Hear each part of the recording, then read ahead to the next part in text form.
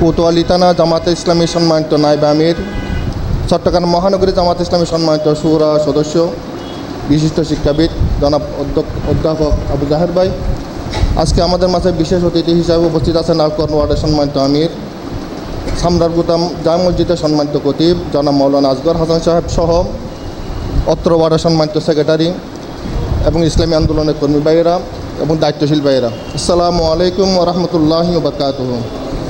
সর্বপ্রথম মহান আল্লাহ রাব্বুল আলামিনের কাছে শুকরিয়া আদায় করে যে আল্লাহ রাব্বুল আলামিন আমাদেরকে শারীরিক এবং মানসিকভাবে সুস্থতার সহিত আজকে রমজানের রোজা পালন করার তৌফিক দিয়েছেন, সেই জন্য এবং আজকে আমাদেরকে ইফতার মাহফিলে আসার সুযোগ দিয়েছেন, এখানে আসার বসার কিছু কথাবার্তা বলার তৌফিক দিয়েছেন, সেই জন্য মহান মাবুদের কাছে শুকরিয়া আদায় করে আলহামদুলিল্লাহ।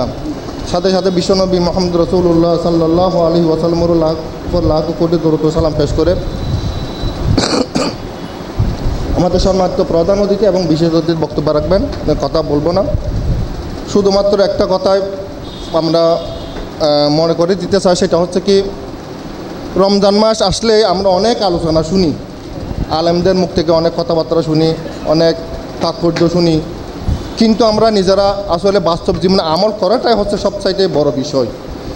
আমরা শুনি কথাবার্তা, কিন্তু আমলের ক্ষেত্রে আমাদের তেমন একটা মন মেজাজ যেভাবে থাকা দরকার সেভাবে আমাদের থাকে না।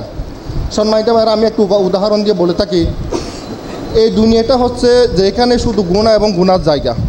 আমাদের এই রমজান মাস আসার পরে তাকওয়া অর্জন করার জন্য যে বলা হয়েছে, এই তাকওয়াটা আমরা কি, আমি যদি উদাহরণ দিয়ে বলে থাকি, আমাদের চলার পথটা, আমি এক জায়গায় গন্তব্যে চলার পথটা যদি সম্পূর্ণভাবে কাটা বিছানো থাকে, তাহলে আমাকে ওই কাটার উপর পাইয়ে দিয়ে আমাদেরকে চলতে হবে, আমাকে গন্তব্যস্থলে পৌঁছতে হবে।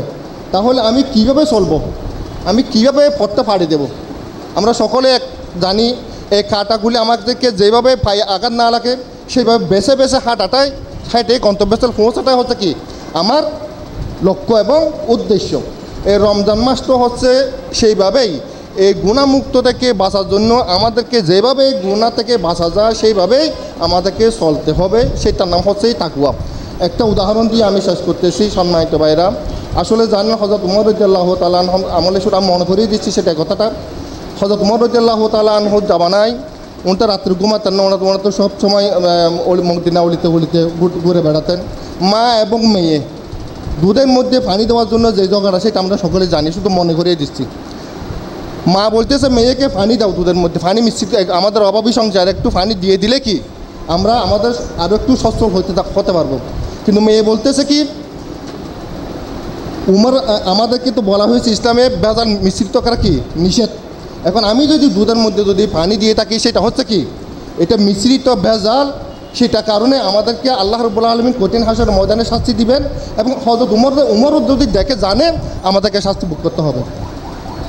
মা বললো কি, এত রাত্রে কি উমর কি আমাদেরকে দেখতেছে নাকি? উমর তো আমাদেরকে দেখতেছে না, কিন্তু উমর যে ওনার বাড়ির পাশে ওনাদের মা মেয়ের কথাবার্তাগুলি সবগুলো যে শুনতেছে সেটা ওনারা জানেন না। কিন্তু শেষ পর্যন্ত মা বাধ্য করার পরেও যখন মেয়েকে দুধে পানি মিশাতে পারলো না, শেষ পর্যন্ত মেয়ে বললো কি, উমর না দেখো, কিন্তু আমার আল্লাহ কে দেখতেছে, আমার আল্লাহ দেখতেছে। এ কথা শোনার পর উমর চলে গেল, এবং তারপরের দিন মা মেয়ে দুজনকে উমরের খলিফায় দরবারে ডাকা হলো। ডাকা হওয়ার পরে কী করলো, ও মেয়েকে হযরত উমর রাদিয়াল্লাহু তাআলা আনহু পুত্রবধূ হিসাবে কি দিল, সম্মানিত করল, পুত্রবধূ হিসাবে কি মেনে নিল। তাহলে কিসের কারণে? তাকওয়ার কারণে। কিসের কারণে? তাকওয়ার কারণে। আজকে কি সেই তাকওয়া আমাদের কাছে আছে? খাদ্যের মধ্যে ভেজাল, কথাবার্তার মধ্যে ভেজাল, সবসময় কথা বললেই আমাদের মিথ্যা কথা বলতে হয়, গীবত করতে হয়, চুগলখুরি করতে হয়। তা আমাদের রোজা কোথায়? আমরা কিন্তু ইফতার না করার পর্যন্ত, আজান না দেওয়া পর্যন্ত, নির্দিষ্ট সময় না হওয়া পর্যন্ত আমরা ইফতার করি না, ওখানে বই করি, কিন্তু মিথ্যা কথার সময় আল্লাহকে বই করি না, খাদ্য বেলাল দেওয়ার সময় আল্লাহকে বই করি না। এই কথা থেকে আমরা বেমালুম বলে গেছি। আমার রোজা দৈনিক 100টা নষ্ট হয়ে যাচ্ছে, সেদিকে আমাদের কোনো খেয়াল নাই। সম্মানিত ভাইরা, আসুন, এই কথাগুলি এই জন্য বললাম, আমাদেরকে শুধু রমজানের রোজা পালন করলে হবে না, আমার রোজাতে দৈনিক যে 100বার নষ্ট হয়ে যাচ্ছে সেদিকে আমাদেরকে খেয়াল রাখতে হবে।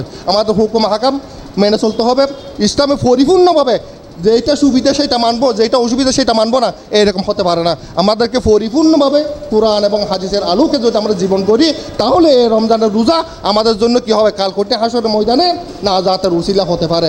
না হলে এই রোজা আমাদেরকে কালকোটে হাসার মধ্যে আমার বিরুদ্ধে সাক্ষী দিবে। এই রোজা রেখেছিল, রোজা রাখার পরে উনি মিথ্যা কথা বলেছে, গীবত করেছে, মানুষের ধন সম্পদ আত্মসাৎ করেছে, এই রোজা আমার বিরুদ্ধে কি নালিশ করবে।